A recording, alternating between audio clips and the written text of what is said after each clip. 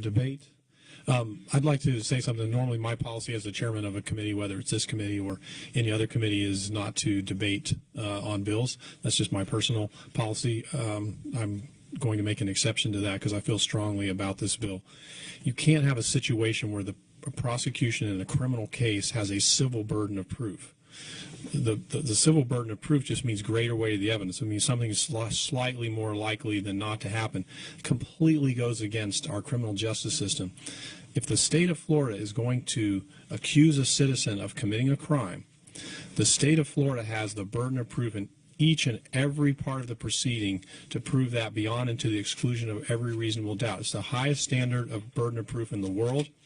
It's something that is central to our entire system. I think the right to a trial by jury and the right to have the state prove charges against you beyond and to the exclusion of every reasonable doubt has the same priority in my mind as the right to vote. It's a fundamental American right, and you don't have to prove anything as a defendant. Your job is to be in the courthouse at the appointed time for the trial, to be respectful, and to sit quietly. And if you want to sit there during the entire trial, that's your prerogative. And the government is trying to incarcerate you. The government is trying to convict you of a crime. It's their job to prove the case.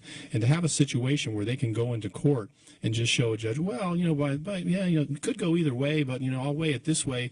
It's slightly more likely than not. More likely than not doesn't get it done for me. I think it needs to be the most high standard that we have in our system. And this idea that somehow this is placing an undue burden on prosecutors is just not. It comes from people who have not tried cases, who have not spent hundreds of hours in criminal courts.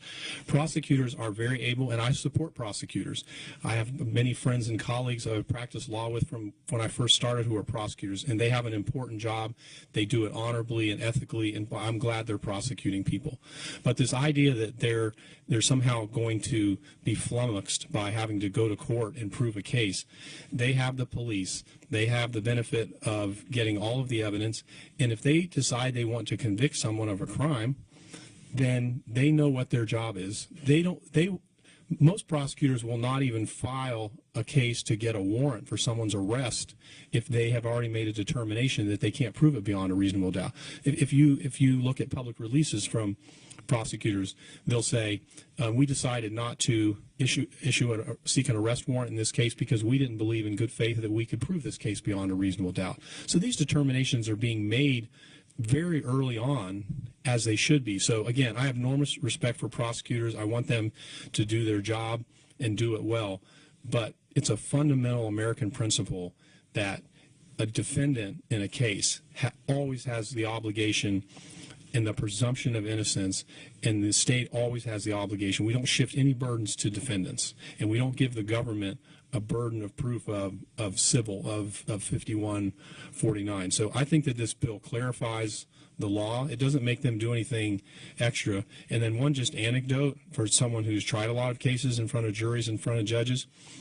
If a prosecutor cannot get a judge to say that this particular case, self-defense, wasn't used, they are not going to win a jury trial in the real world. It's a lot easier to convince a judge in a criminal action to take a certain step.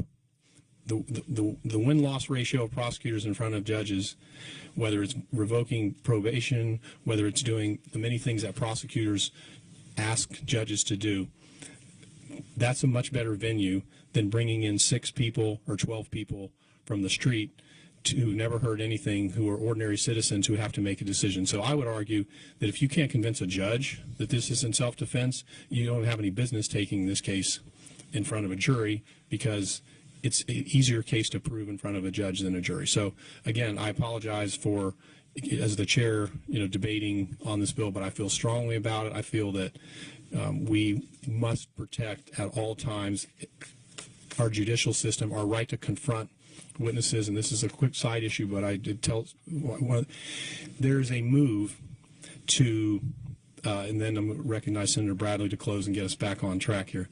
But this is important because these principles are related. There is a move by some folks, and by the way, they have their opinions and they have a right to work the process. I just completely disagree 100% with what they are advocating. And they're advocating that our judicial system is not a place where there are confrontations. It's not a place where there are outcomes that are completely in dispute. It's more of a therapeutic view. So I hear proposals that we're going to allow witnesses. I'm not talking about children. I'm talking about situations where our law addresses where we have to take into account capacity to testify. I have no problem with that. I don't want to change the law. But I hear proposals out there. You know, it hurts people's feelings to come to court. It's a lot of work. They have to drive. And so, well, we're going to allow people to appear in court by Skype. We'll Skype you in. No, we didn't fight the Revolutionary War to Skype things into a courtroom. If you want to take away my civil liberties, you want to put me in prison, you want to issue an injunction against me that'll follow me for the rest of my life, come into court, take an oath, sit there, and you know what? The truth does come out, like Senator Evers said, and justice is done the best of our ability. We're not perfect. And so I want to always stand for courthouses are sacred places. And what happens there is important. And we're not going to go to Skype, and we're not going to go to emails, and we're going to say walk into court and take an oath. And to me, this is what this bill is trying to do. It's saying we're not going to give a diminished, reduced standard to the government. The government is going to always have to prove everything beyond and to the exclusion of every reasonable doubt. And the last thing on charging documents. You know, I just want, as a legislator and as someone who cares about policy, an information or an indictment is a serious allegation. It should be taken seriously. Prosecutors do not issue them without great thought. However, it's a piece of paper. It's an allegation. It carries no weight in and of itself. If somebody is charged with a crime, we should take note. We should say, this means that the state of Florida believes that something occurred. We don't actually know whether it occurred or not because we haven't had a trial. We haven't heard the other side of the case. And so just because the government alleges that you committed some force offense, whether it's an assault, a battery, a homicide, we're sad that that's happened. It would be better for everyone's use of their time if we didn't have to go to court to resolve this. But I make no opinion whatsoever on what happened. I know what the government alleged happened, and we will listen and see if they can prove it.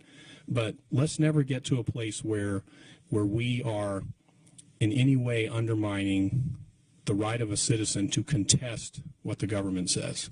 The citizen has a right to look at the government respectfully and say, that's very interesting. We appreciate your point of view. We're picking a jury at 9 o'clock. We'll see you in court, and we'll see what a jury says or a judge says. So with that defense of our legal system completed, any other debate, any other counterpoints?